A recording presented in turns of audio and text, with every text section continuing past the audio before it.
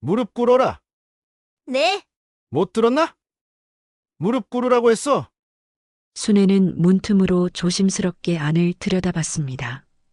그리고 충격적인 장면을 목격했습니다. 민호가 교장 앞에서 무릎을 꿇고 있는 모습이었습니다. 10살밖에 안 된 아이가 어른 앞에서 그런 굴욕적인 자세를 취하고 있는 것을 본 순애는 분노가 치밀어 올랐습니다.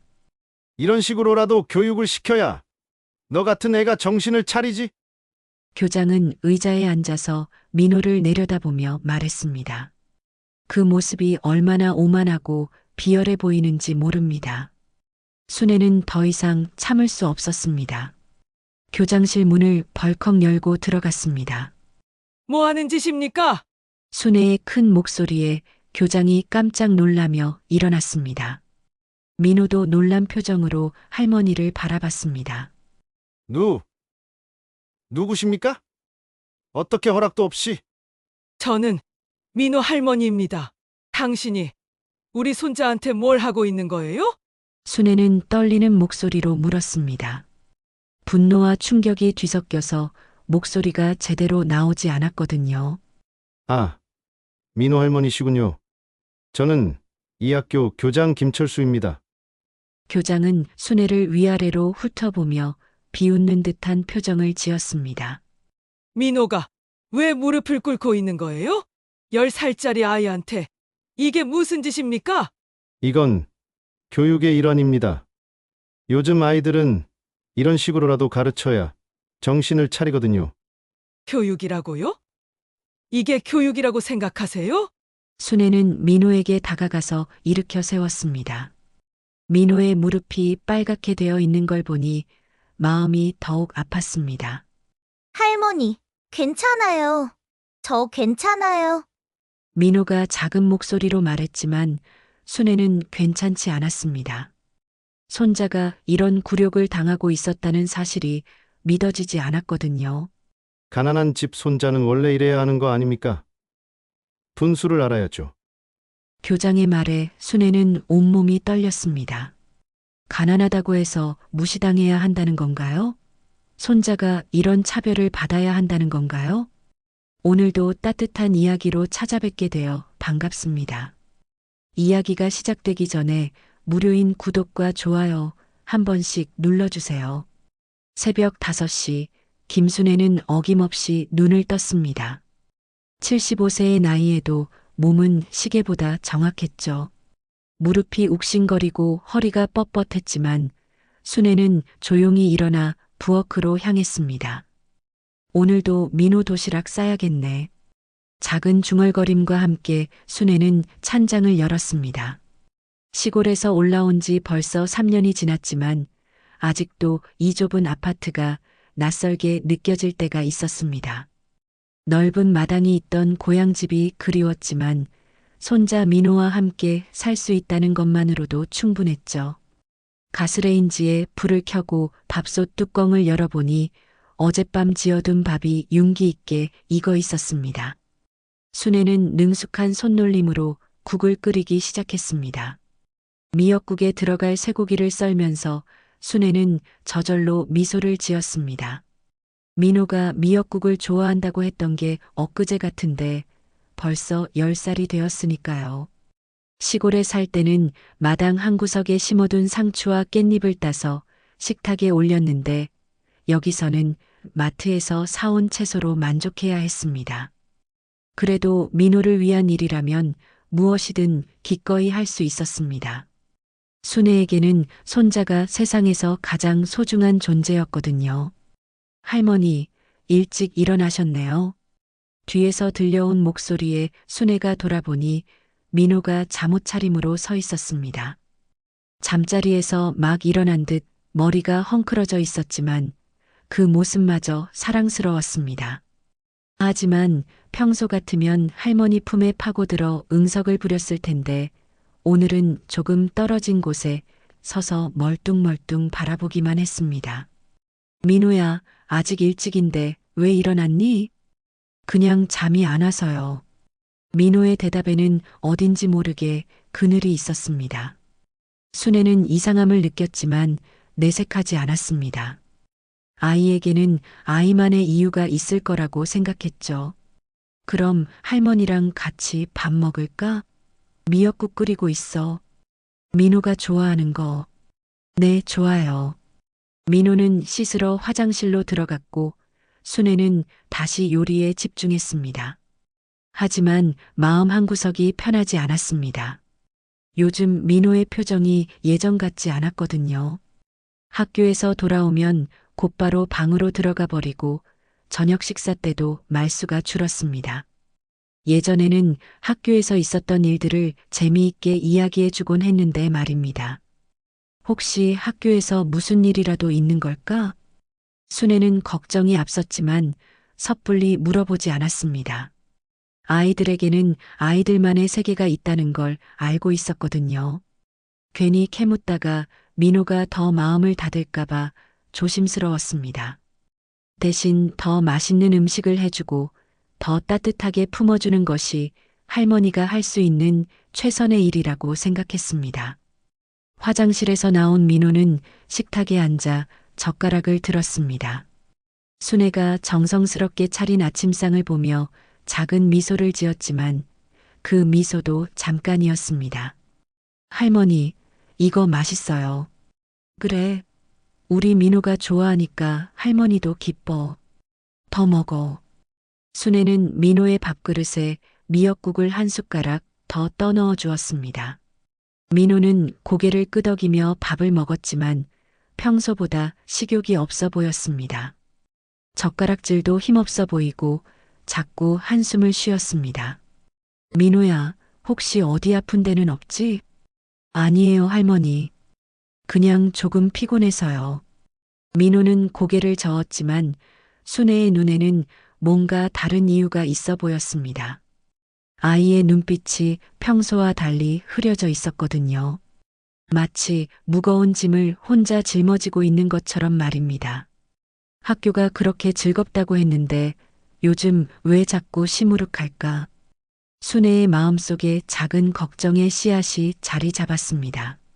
손자가 무언가를 숨기고 있다는 느낌, 그리고 그것이 결코 좋은 일이 아니라는 예감이 들었거든요. 하지만 순애는 참았습니다. 아직은 기다려보자고, 민호가 먼저 말할 때까지 기다려보자고 다짐했습니다. 아침을 마친 민호는 학교 갈 준비를 했습니다. 가방을 메고 교복을 입는 모습을 지켜보던 순애는 문득 민호의 어깨가 예전보다 더 작아 보인다는 생각이 들었습니다. 10살 아이가 짊어지기에는 너무 무거운 무언가가 있는 것 같았습니다. 민호야, 학교에서 재미있게 놀고 와. 점심시간에는 친구들이랑 같이 먹고. 네, 할머니. 다녀오겠습니다. 민호는 평소보다 작은 목소리로 인사를 하고 현관문을 나섰습니다. 순애는 창문으로 다가가 민호가 학교로 향하는 모습을 지켜봤습니다. 다른 아이들과 달리 민호의 걸음걸이에는 활기가 없었습니다. 마치 학교 가는 것이 즐거운 일이 아닌 것처럼 말입니다. 문이 닫히는 소리와 함께 집안이 조용해졌습니다. 순애는 설거지를 하면서도 계속 민호 생각을 했습니다. 뭔가 아이를 힘들게 하는 일이 있는 것 같은데 도대체 무엇일까요? 순애는 그날 하루 종일 마음이 편하지 않았습니다. 손자에 대한 걱정이 가슴 한편을 무겁게 눌렀거든요. 일주일이 더 지났지만 민호의 표정은 나아지지 않았습니다. 오히려 더 어두워진 것 같았죠. 순애는 매일 아침 민호를 학교에 보내면서도 마음이 무거웠습니다. 무언가 잘못되고 있다는 느낌이 점점 강해졌거든요. 그러던 어느 목요일 오후 순애가 장을 보고 집으로 돌아오는 길이었습니다. 아파트 계단을 오르던 중 핸드폰이 울렸습니다. 모르는 번호였지만 순애는 받았습니다. 여보세요? 혹시 이민호 학생 할머니세요? 낯선 여자 목소리였습니다. 차분하면서도 약간은 걱정스러운 톤이었죠. 네, 맞습니다. 누구세요? 안녕하세요. 저는 민호 담임 선생님 박미영입니다. 할머니께 말씀드릴 일이 있어서 연락드렸습니다. 담임 선생님이라는 말에 순애의 가슴이 철렁했습니다. 혹시 민호가 학교에서 사고라도 쳤나 하는 생각이 들었거든요. 무슨 일인가요?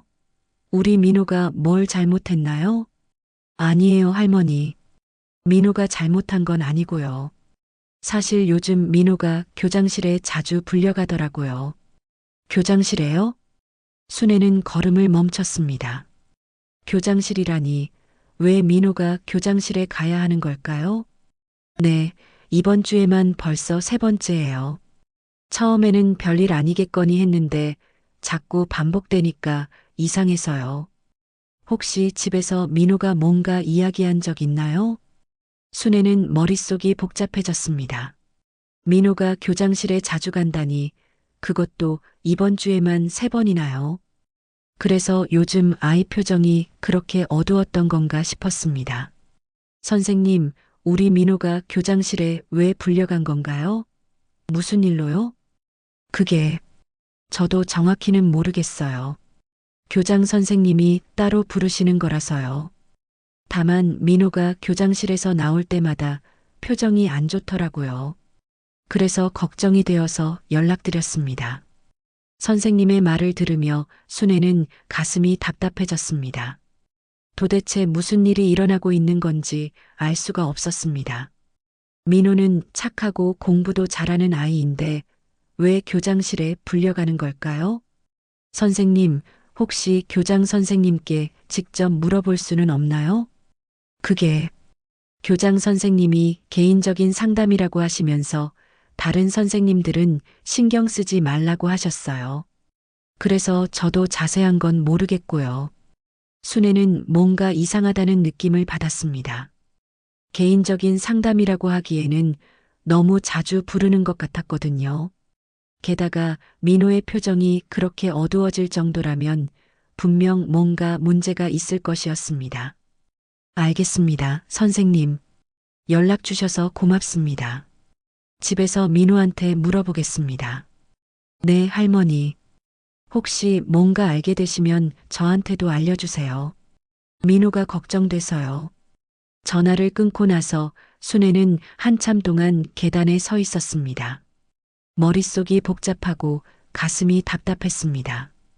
민호가 요즘 왜 그렇게 시무룩해 하는지 이제야 조금 알 것 같았지만 여전히 구체적으로 무슨 일인지는 몰랐거든요. 집에 들어가서도 순애는 마음이 편하지 않았습니다. 민호가 학교에서 돌아올 때까지 기다리면서 어떻게 물어봐야 할지 고민했습니다. 너무 직접적으로 물어보면 민호가 더 마음을 닫을 것 같고 그렇다고 모른 척할 수도 없었습니다. 오후 4시쯤 민호가 집에 돌아왔습니다. 평소보다 더 풀이 죽은 모습이었습니다. 가방을 던져놓고 바로 방으로 들어가려는 민호를 순애가 불렀습니다. 민호야, 잠깐 할머니 옆에 앉아봐. 네. 민호는 뭔가 당황한 표정이었습니다. 마치 자신이 들킬까봐 두려워하는 것처럼 보였죠. 할머니가 오늘 선생님한테 전화를 받았어. 민호가 요즘 교장실에 자주 간다고 하더라. 순애의 말에 민호의 얼굴이 하얗게 질렸습니다. 그리고 고개를 푹 숙였습니다. 민호야, 할머니한테 솔직히 말해봐. 교장실에 왜 가는 거니? 그냥이에요. 그냥이 뭐니? 할머니가 걱정돼서 그러는 거야. 혹시 누가 민호를 괴롭히는 거 아니니? 민호는 한참 동안 말이 없었습니다. 손을 꼭 쥐고 바닥만 바라보고 있었죠. 순애는 민호의 어깨를 가만히 토닥여 주었습니다. 민호야, 할머니한테는 뭐든지 말할 수 있어. 할머니가 도와줄게. 그제서야 민호가 작은 목소리로 말했습니다. 교장 선생님이 저를 자꾸 부르세요.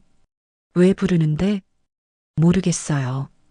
그냥 오라고 해서 가는 거예요. 민호의 대답은 여전히 구체적이지 않았지만 순애는 뭔가 심상치 않다는 느낌을 받았습니다. 아이가 이렇게 힘들어하는 걸 보니 분명 큰 문제가 있을 것 같았거든요. 내가 직접 확인해 봐야겠어.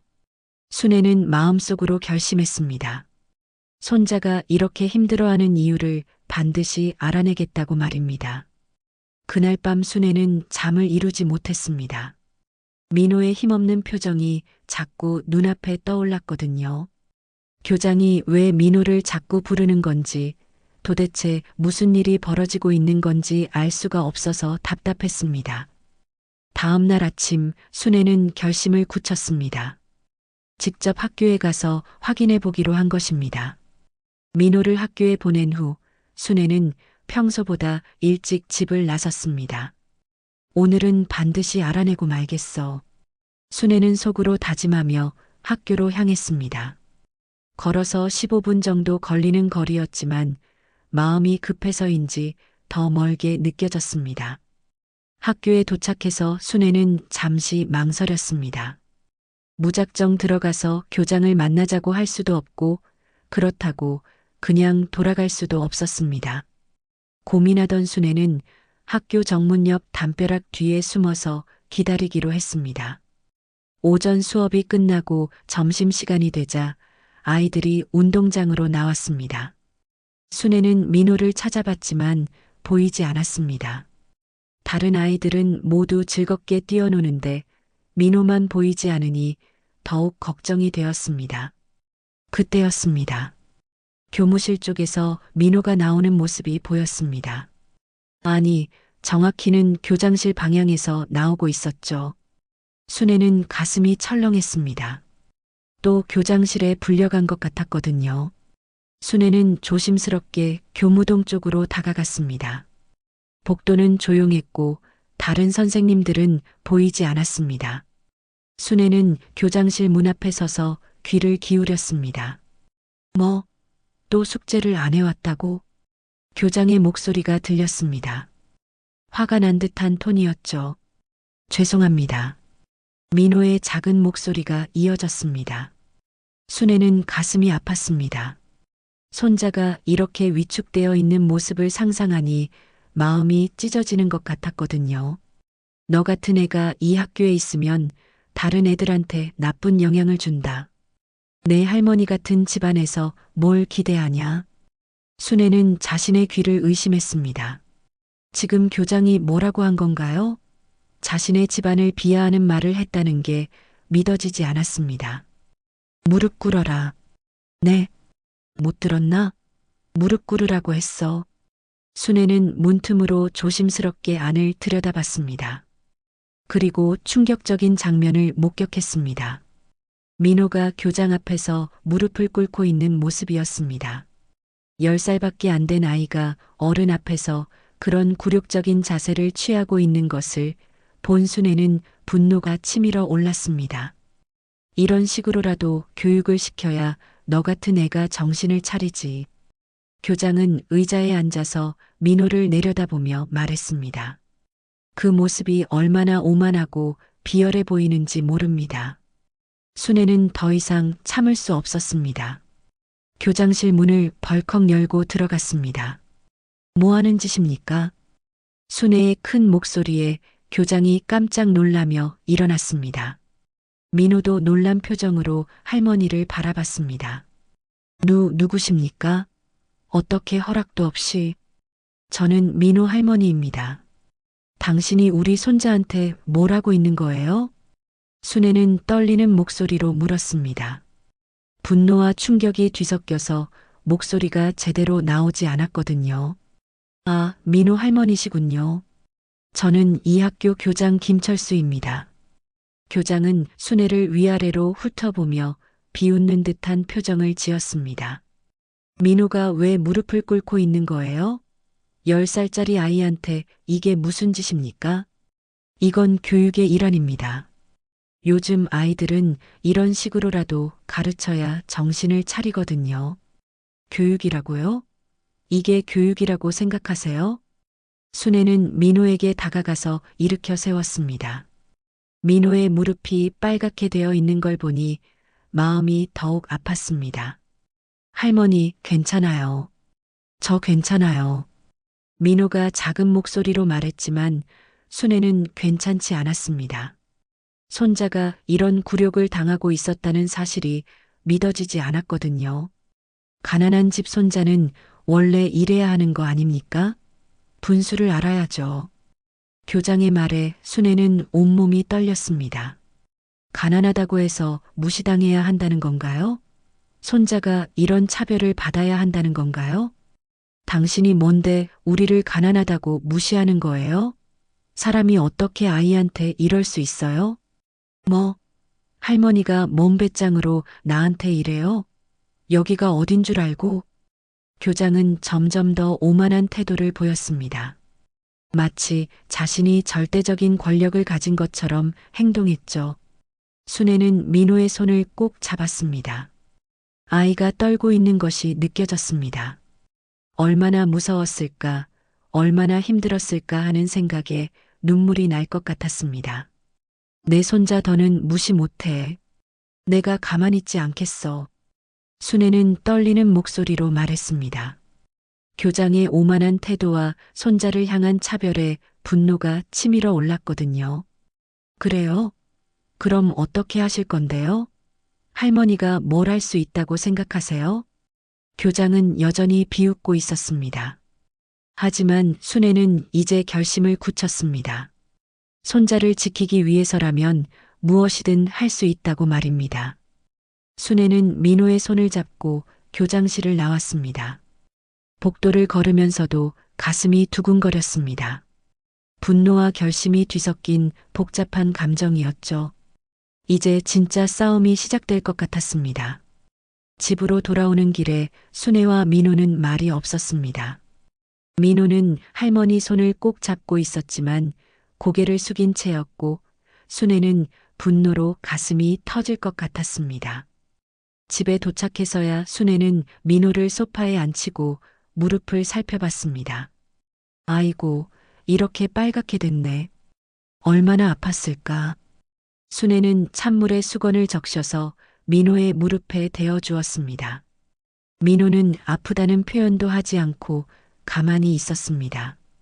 민호야, 할머니한테 왜 진작 말하지 않았니? 할머니가 걱정하실까 봐요.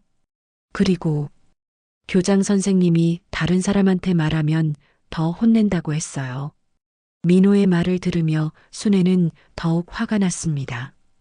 아이를 협박까지 한 것입니다. 도대체 어른이 할 짓인가 싶었죠. 민호야, 이제 걱정하지 마. 할머니가 꼭 해결해 줄게.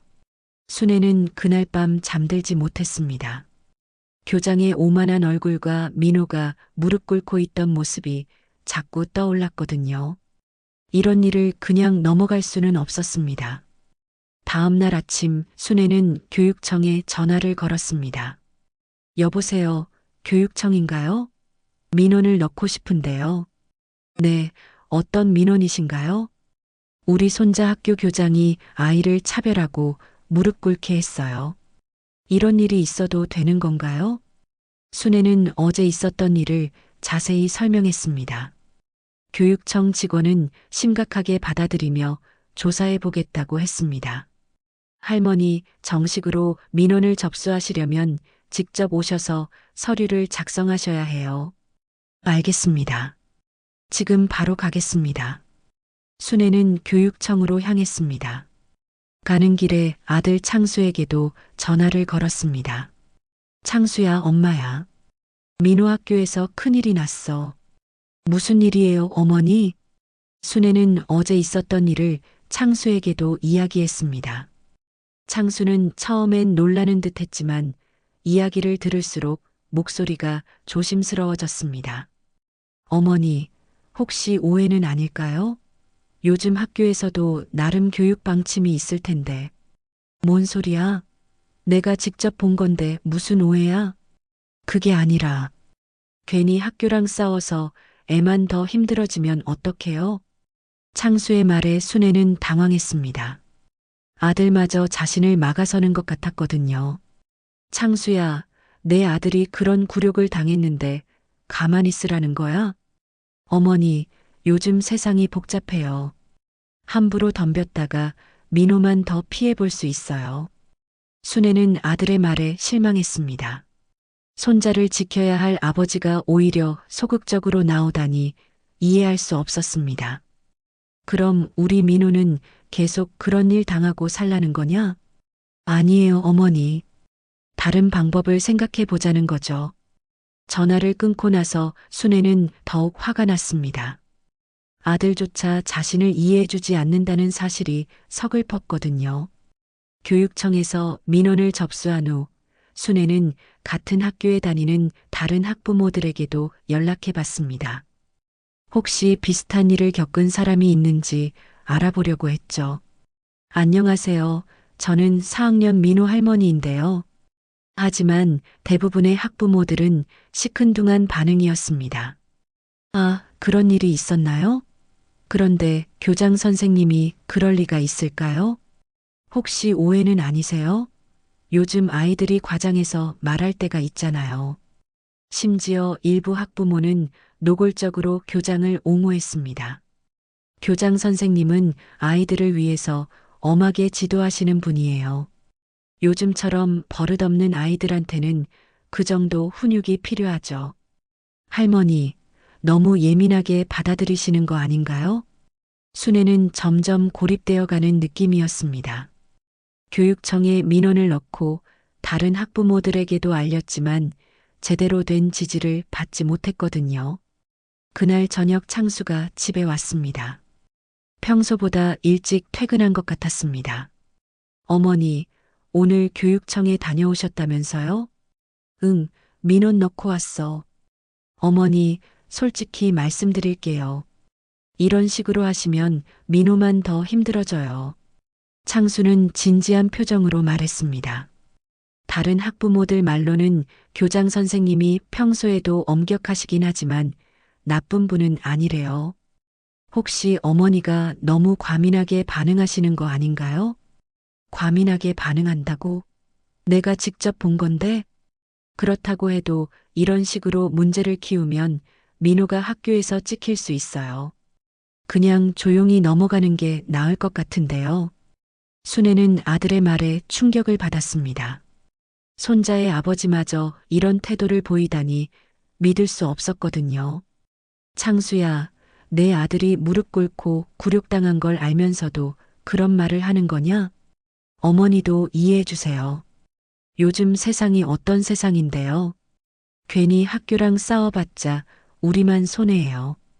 그날 밤 순애는 깊은 절망감에 빠졌습니다. 손자를 지키려고 하는데 아무도 자신의 편이 되어주지 않았거든요. 아들마저 자신을 막아서니 더욱 외로웠습니다. 하지만 포기할 수는 없었습니다. 민호를 위해서라면 혼자서라도 끝까지 싸워야 한다고 생각했거든요. 교육청에 민원을 넣은 지 일주일이 지났지만 별다른 소식이 없었습니다. 순애는 매일 전화를 걸어 진행 상황을 물어봤지만 담당자는 조사 중이라는 말만 반복했습니다. 할머니, 시간이 좀 걸릴 수 있어요. 학교 측의 입장도 들어봐야 하고요. 시간이 걸린다고요? 그동안 우리 민호는 어떡하라는 거예요? 순애는 답답했습니다. 관공서 일이 이렇게 느린 줄은 몰랐거든요. 그런데 더 심각한 문제가 생겼습니다. 교장이 순애의 행동을 알아차린 것입니다. 그리고 민호를 향한 괴롭힘이 더욱 심해졌습니다. 민호야, 오늘은 어떤 일이 있었니? 순애가 조심스럽게 물어보자 민호는 더욱 풀이 죽은 모습이었습니다. 할머니, 교장 선생님이 저를 더 자주 부르세요. 뭐라고 하시는데? 할머니가 교육청에 신고했다고 하면서 더 혼내세요. 민호의 말을 들으며 순애는 가슴이 찢어지는 것 같았습니다. 손자를 지키려고 한 일이 오히려 민호를 더 힘들게 만든 것 같았거든요. 오늘은 복도에서 다른 선생님들 앞에서도 혼났어요. 뭐라고? 제가 거짓말쟁이라고 하시면서 할머니한테 거짓말을 가르쳐 받았다고 하셨어요. 순애는 분노가 치밀어 올랐습니다. 이제는 아예 대놓고 민호를 모독하고 있는 것이었습니다. 그리고 다른 아이들도 저를 이상하게 봐요. 교장 선생님이 저를 문제아라고 말씀하셔서 민호의 목소리는 점점 작아졌습니다.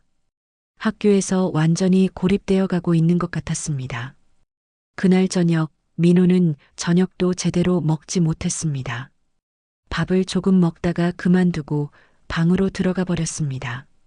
순애는 민호 방 앞에서 한참을 서 있었습니다. 안에서 작은 흐느끼는 소리가 들렸거든요. 내가 잘못한 걸까? 순애는 자책감에 빠졌습니다. 민호를 지키려고 한 일이 오히려 아이를 더 힘들게 만든 것 같았거든요. 그때 민호가 방에서 나와 순애에게 다가왔습니다. 눈이 빨갛게 부어 있었습니다. 할머니. 응, 민호야. 할머니, 제발 그냥 넘어가요. 민호의 간절한 목소리에 순애는 가슴이 미어졌습니다. 저만 참으면 돼요. 할머니가 괜히 나서서 더 복잡해진 것 같아요. 민호야, 그런 말 하지 마. 진짜 괜찮아요. 저 혼자 참으면 되니까 할머니는 더 이상 신경 쓰지 마세요. 10살밖에 안 된 아이가 이런 말을 한다는 것이 순애에게는 충격이었습니다. 아이가 이렇게 체념하고 포기하는 모습을 보니 더욱 마음이 아팠거든요. 민호야, 할머니가 꼭 해결해 줄게. 조금만 더 기다려.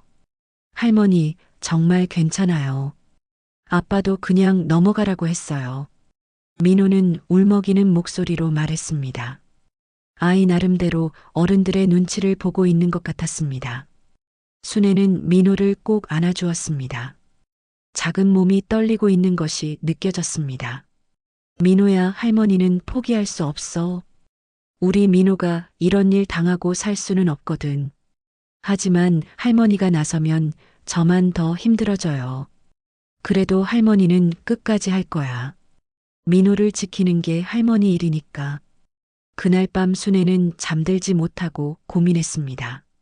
정말 자신이 하는 일이 옳은 건지, 민호를 더 힘들게 하는 건 아닌지 혼란스러웠거든요. 다음 날 아침 창수가 출근하기 전에 순애를 불렀습니다. 어머니, 어제 민호 선생님한테 전화 받았어요. 무슨 일로? 민호가 요즘 수업에 집중을 못한다고 하더라고요. 친구들과도 어울리지 않고 혼자 있는 시간이 많다고요. 순애는 가슴이 답답해졌습니다. 역시 민호가 학교에서 힘들어하고 있는 것이었습니다. 그러니까 어머니, 이제 그만하세요. 이 이상 문제를 키우면 민호가 정말 학교 생활을 못할 것 같아요. 창수야, 그럼 우리 민호는 계속 그런 굴욕을 당하고 살라는 거야? 어머니도 현실을 보세요. 우리가 교장하고 싸워서 이길 수 있다고 생각해요? 창수의 말에는 체념이 섞여 있었습니다. 교장은 힘 있는 사람이고 우리는 그냥 평범한 사람들이에요. 괜히 덤벼봤자 우리만 손해예요. 그래서 가만히 있으라는 거야? 다른 학교로 전학을 생각해 보세요. 그게 민호를 위한 길일 수도 있어요. 순애는 아들의 말에 실망했습니다. 도망가라는 것과 다름없었거든요. 창수야, 도망가는 게 해결책이니? 어머니, 때로는 피하는 것도 용기예요. 그날 오후 순애는 혼자 앉아서 깊은 생각에 빠졌습니다. 모든 사람이 자신을 말리고 있었습니다. 아들도, 다른 학부모들도, 심지어 민호까지도요. 정말 내가 잘못하고 있는 걸까? 하지만 순애는 포기할 수 없었습니다.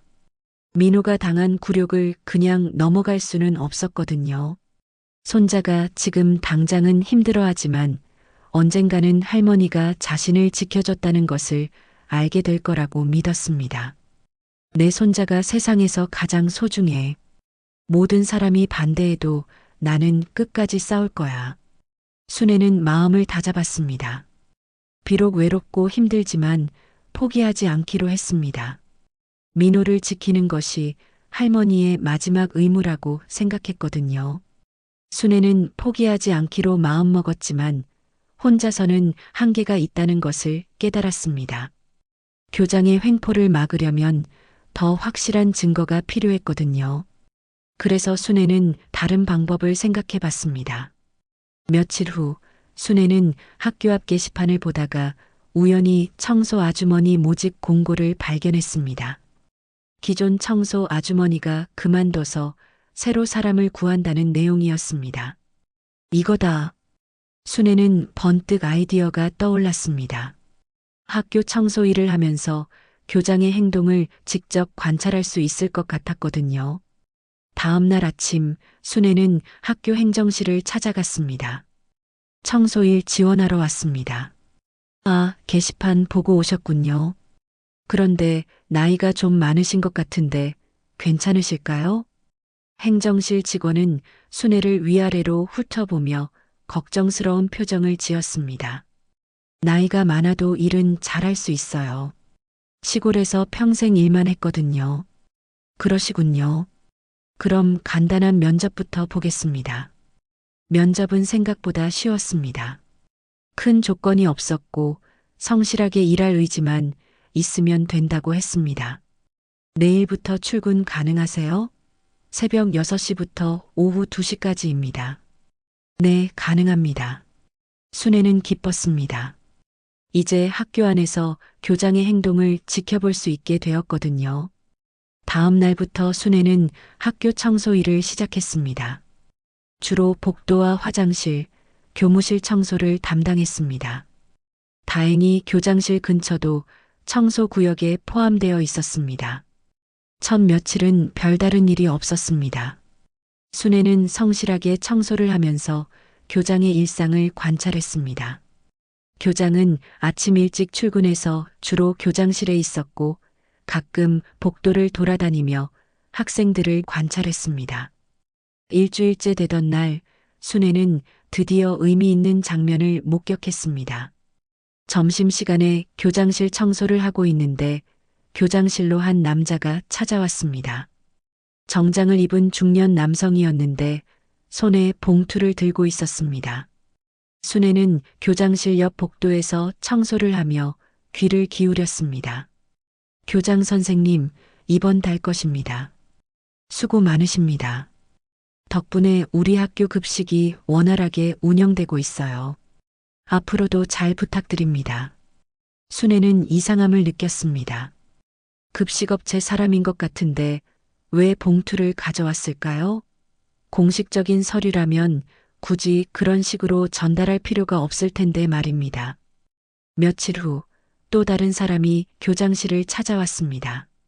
이번에는 건설업체 사람인 것 같았습니다. 교장 선생님, 학교 보수 공사 건으로 왔습니다. 아, 그래요. 들어오세요. 순애는 문틈으로 조심스럽게 안을 들여다봤습니다. 그 사람도 봉투를 교장에게 건네는 것이 보였습니다. 이런 식으로 해서 괜찮을까요? 걱정 마세요. 오랫동안 이런 식으로 해왔으니까요. 교장의 말을 들으며 순애는 확신했습니다. 이것은 분명 뇌물이었습니다. 교장이 업체들로부터 돈을 받고 있는 것이었죠. 순애는 핸드폰으로 조심스럽게 사진을 찍었습니다. 멀리서 찍은 것이라 선명하지는 않았지만 봉투를 주고받는 장면이 어느 정도 찍혔습니다. 다음 날 순애는 더 확실한 증거를 잡기 위해 노력했습니다. 교장실 청소를 할 때 교장의 책상 서랍을 살펴봤습니다. 물론 잠겨 있었지만 책상 위에 놓인 서류들을 훑어볼 수는 있었습니다. 그 중에 이상한 서류가 하나 있었습니다. 급식업체와의 계약서인데 금액이 다른 학교보다 훨씬 높게 책정되어 있었습니다. 순애는 그 서류도 사진으로 찍어뒀습니다. 며칠 더 지나자 순애는 교장의 패턴을 파악할 수 있었습니다. 매주 화요일과 금요일에 업체 사람들이 찾아와서 봉투를 전달했습니다. 그리고 교장은 그 봉투들을 책상 서랍에 넣어뒀다가 퇴근할 때 가져가는 것 같았습니다. 어느 날 오후 순애는 결정적인 장면을 목격했습니다. 교장이 서랍에서 봉투를 꺼내서 돈을 세고 있는 모습이었습니다. 순애는 조심스럽게 문틈으로 사진을 찍었습니다. 이번에는 꽤 선명하게 찍혔습니다. 이제 증거가 충분해. 순애는 가슴이 두근거렸습니다. 교장의 비리를 잡을 수 있는 확실한 증거를 확보한 것 같았거든요. 하지만 순애는 조심스러웠습니다. 섣불리 행동했다가 교장이 눈치채면 증거를 없애버릴 수도 있었거든요. 그래서 며칠 더 관찰하면서 추가 증거를 모으기로 했습니다. 그러던 중 순애는 또 다른 사실을 알게 되었습니다. 교장이 예전에도 비슷한 방식으로 학부모들을 괴롭혀왔다는 것이었습니다. 청소하다가 우연히 들은 선생님들의 대화였습니다. 교장 선생님이 또 그러시나 봐요. 작년에도 그런 일이 있었잖아요. 그때도 학부모가 항의했다가 오히려 아이만 더 힘들어졌죠. 그러게요. 왜 항상 그런 식으로 하실까요? 선생님들도 교장의 행동을 문제라고 생각하고 있었지만 감히 나서지 못하는 것 같았습니다. 순애는 혼자 중얼거렸습니다. 나이 먹은 내가 뭘 할 수 있을까 했지만 손자를 위해선 뭐든 해야 해. 이제 순애에게는 확실한 증거가 있었습니다. 교장의 뇌물수수 장면과 비리 관련 서류들 말입니다. 이것으로 교장을 무너뜨릴 수 있을 것 같았습니다. 순애는 집에 돌아가서 찍어둔 사진들을 다시 확인해 봤습니다. 생각보다 선명하게 찍혀 있었습니다. 특히 교장이 돈을 세고 있는 사진은 결정적인 증거가 될 수 있을 것 같았습니다. 이제 진짜 싸움이 시작이야. 순애는 마음을 다잡았습니다. 교장의 약점을 잡았으니 이제 제대로 된 반격을 할 수 있을 것 같았거든요. 민호를 지키기 위한 진짜 싸움이 곧 시작될 것이었습니다. 순애는 수집한 증거들을 정리하며 계획을 세웠습니다. 교장의 뇌물수수 사진과 비리 관련 서류들이 있으니 이제 공개적으로 맞설 수 있을 것 같았습니다. 하지만 혼자서는 한계가 있다는 것을 알고 있었죠. 다음 날 아침 순애는 교육청에 다시 전화를 걸었습니다. 안녕하세요. 지난번에 민원 넣었던 김순애입니다. 새로운 증거를 확보했어요. 어떤 증거인가요? 교장이 업체들로부터 뇌물을 받는 장면을 사진으로 찍었어요. 그리고 관련 서류도 있고요. 담당자의 목소리가 급작스럽게 진지해졌습니다. 그렇다면 직접 오셔서 자세히 설명해 주세요.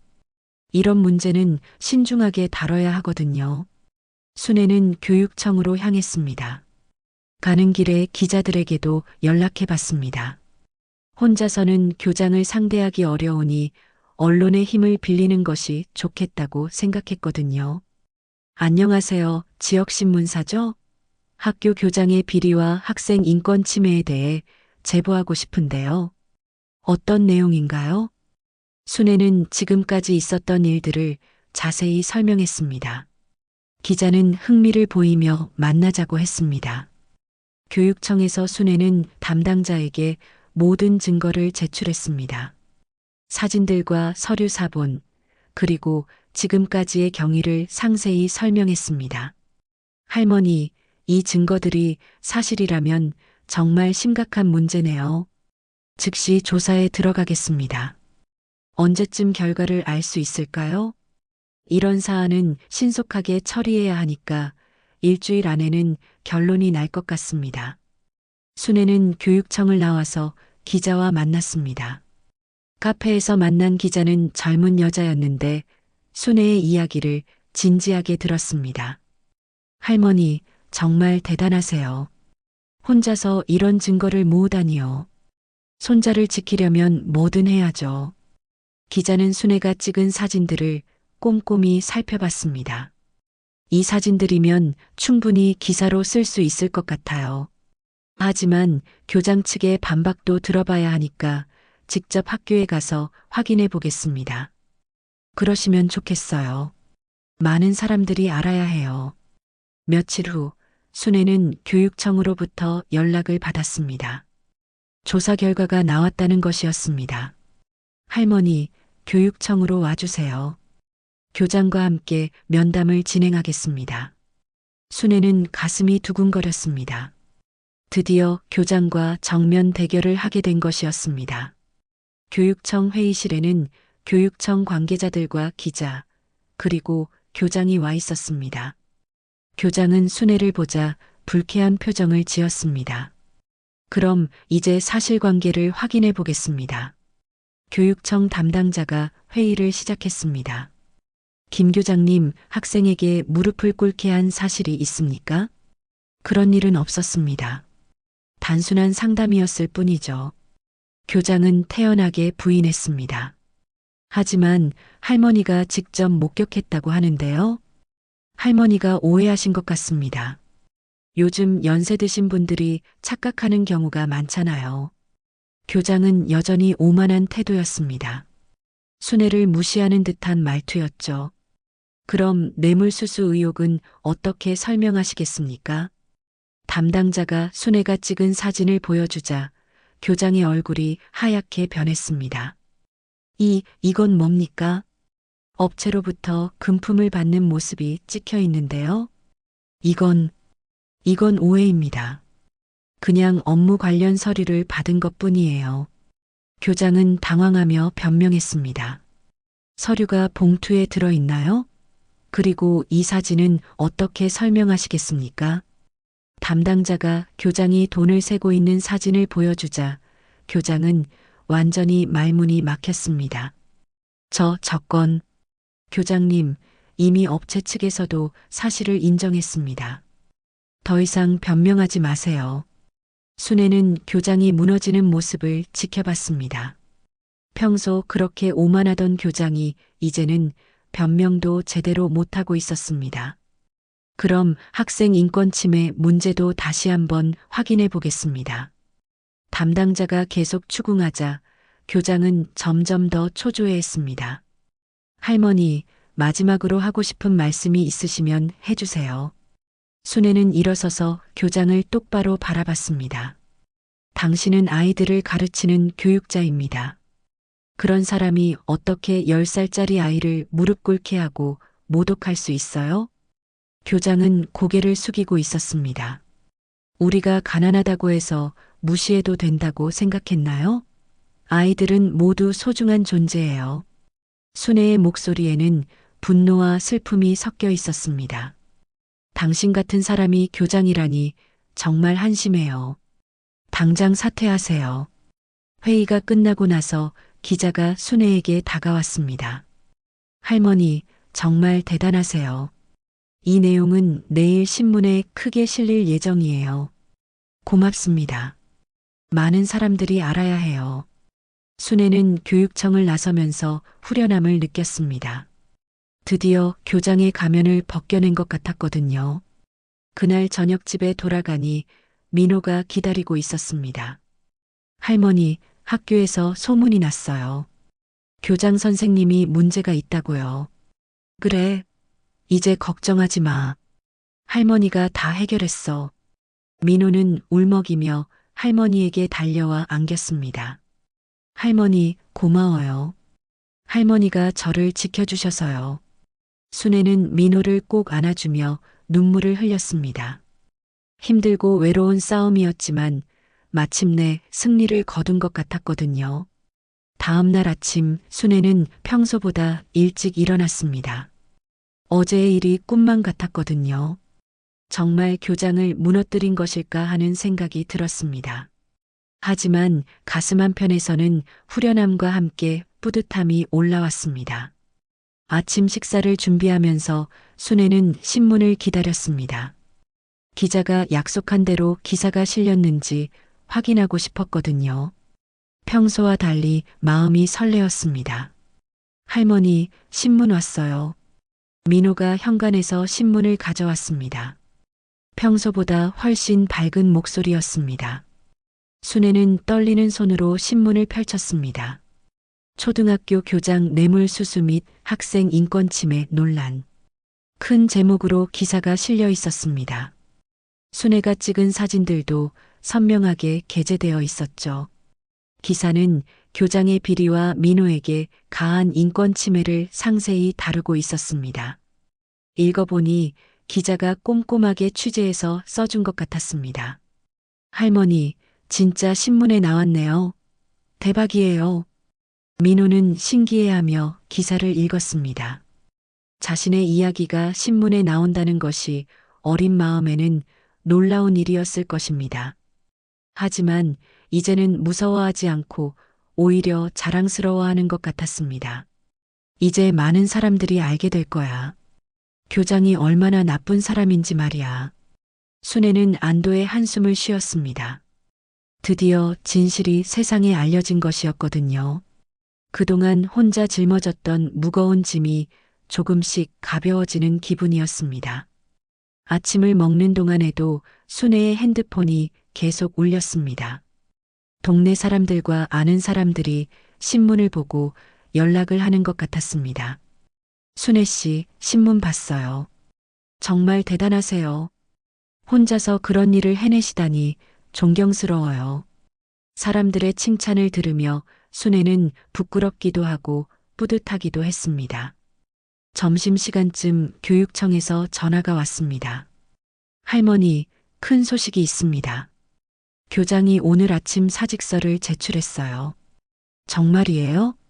네, 그리고 뇌물수수 건으로 검찰에 고발될 예정입니다. 이미 수사가 시작됐고요. 순애는 가슴이 후련해졌습니다. 마침내 정의가 실현된 것 같았거든요. 그리고 학교에서도 공식적으로 민호에게 사과할 예정입니다. 내일 오전에 학교에서 사과 행사를 갖기로 했어요. 고맙습니다. 정말 고맙습니다. 순애는 진심으로 감사의 마음을 표현했습니다. 오후에는 창수가 회사에서 급히 전화를 걸어왔습니다. 어머니, 신문 봤어요. 정말 대단하세요. 창수의 목소리에는 감동과 존경심이 묻어 있었습니다. 어머니가 혼자서 이런 일을 해내시다니. 저는 정말 부끄럽습니다. 창수야, 이제라도 알면 된 거야. 어머니, 정말 죄송해요. 처음부터 어머니를 믿고 도와드렸어야 했는데. 제가 너무 겁쟁이였네요. 창수는 진심으로 사과했습니다. 어머니의 의지와 용기를 제대로 이해하지 못했다는 것을 깨달은 것 같았습니다. 회사 사람들도 모두 어머니 얘기를 하고 있어요. 모두 존경한다고 해요. 그래, 과찬이야. 아니에요, 어머니. 정말 대단한 일을 하신 거예요. 저녁 무렵 민호가 학교에서 돌아왔습니다. 평소와는 완전히 달리 얼굴이 환하게 밝아 보였습니다. 마치 무거운 짐을 내려놓은 것처럼 가벼워 보였죠. 할머니, 오늘 학교에서 정말 큰일이 났어요. 무슨 일이야, 민호야? 교장 선생님이 학교에 안 오셨어요. 그리고 모든 선생님들이 저희한테 사과하셨어요. 민호는 흥분된 목소리로 말했습니다. 담임 선생님이 저한테 따로 불러서 정말 미안하다고 하셨어요. 그동안 못 도와드려서 죄송하다고, 앞으로는 절대 이런 일 없게 하겠다고요.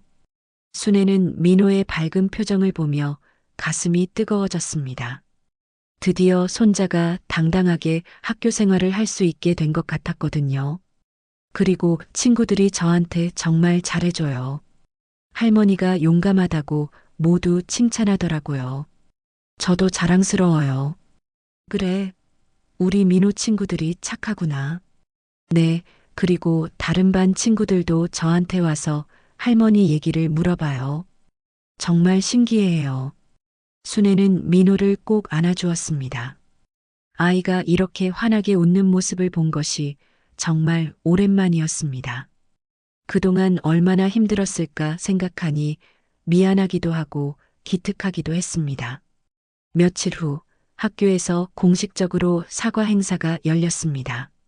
새로운 임시 교장과 담임 선생님, 그리고 다른 선생님들이 모두 참석했습니다. 순애와 창수, 민호도 함께 참석했습니다. 민호 학생과 가족분들께 진심으로 사과드립니다. 학교에서 이런 일이 일어났다는 것을 깊이 반성하고 있습니다. 임시 교장의 공식 사과를 받으며 순애는 감격스러웠습니다. 손자가 당한 굴욕이 마침내 해소된 것 같았거든요. 앞으로는 이런 일이 절대 일어나지 않도록 하겠습니다. 모든 학생들이 안전하고 행복하게 학교 생활을 할 수 있도록 최선을 다하겠습니다. 사과 행사가 끝나고 나서 다른 학부모들이 순애에게 다가왔습니다. 할머니, 정말 고생 많으셨어요. 저희가 처음부터 도와드렸어야 했는데, 할머니 덕분에 우리 아이들도 안전하게 학교 다닐 수 있게 됐어요. 정말 용감하세요. 저는 그런 용기가 없었을 것 같아요. 처음에는 순애를 외면했던 학부모들도 이제는 진심으로 감사의 마음을 표현했습니다. 그날 저녁 가족이 모두 모여 특별한 저녁 식사를 했습니다. 창수도 일찍 퇴근해서 함께했고 순애가 정성스럽게 민호가 좋아하는 음식들로 상을 차렸습니다. 어머니, 정말 존경스러워요. 어머니가 아니었다면 민호가 계속 그런 고통을 받았을 텐데. 창수는 눈물을 글썽이며 말했습니다. 엄마, 처음에 반대해서 정말 미안해요. 제가 너무 소심했네요. 괜찮다, 창수야. 이제 다 끝났으니까. 순애는 아들의 손을 잡아주었습니다. 가족이 다시 하나가 된 것 같아서 마음이 따뜻했거든요. 할머니, 저도 할머니처럼 용감한 사람이 되고 싶어요. 누군가 힘들어하면 도와줄 수 있는 사람이요. 민호가 진지한 표정으로 순애를 바라보며 말했습니다. 민호야, 넌 이미 충분히 용감해. 그동안 혼자 버텨줘서 오히려 할머니가 고마워. 순애는 민호의 머리를 쓰다듬어 주었습니다. 며칠 후 순애는 창문 앞에 서서 학교 운동장을 바라봤습니다. 민호가 친구들과 함께 축구를 하며 크게 웃고 있는 모습이 보였습니다. 예전처럼 밝고 활기찬 모습이었습니다. 공을 차고 뛰어다니는 모습이 얼마나 자연스럽고 행복해 보이는지 모릅니다. 내 손자가 세상에서 가장 소중하다. 순애는 마음속으로 중얼거렸습니다. 나이 들어도 지켜야 할 게 있다는 게 나를 살게 한다. 창밖에서 들려오는 민호의 밝은 웃음소리를 들으며 순애는 환한 미소를 지었습니다. 힘들고 외로운 싸움이었지만 결국 해낸 것 같았습니다. 손자를 지켜낸 것, 그것이 할머니로서 할 수 있는 최고의 선물이었습니다. 오늘도 저희 채널을 찾아주신 여러분께 진심으로 감사드립니다. 이야기가 마음에 드신다면 무료인 구독과 좋아요 버튼을 눌러주시고 댓글로 여러분의 소중한 인생 이야기도 들려주세요.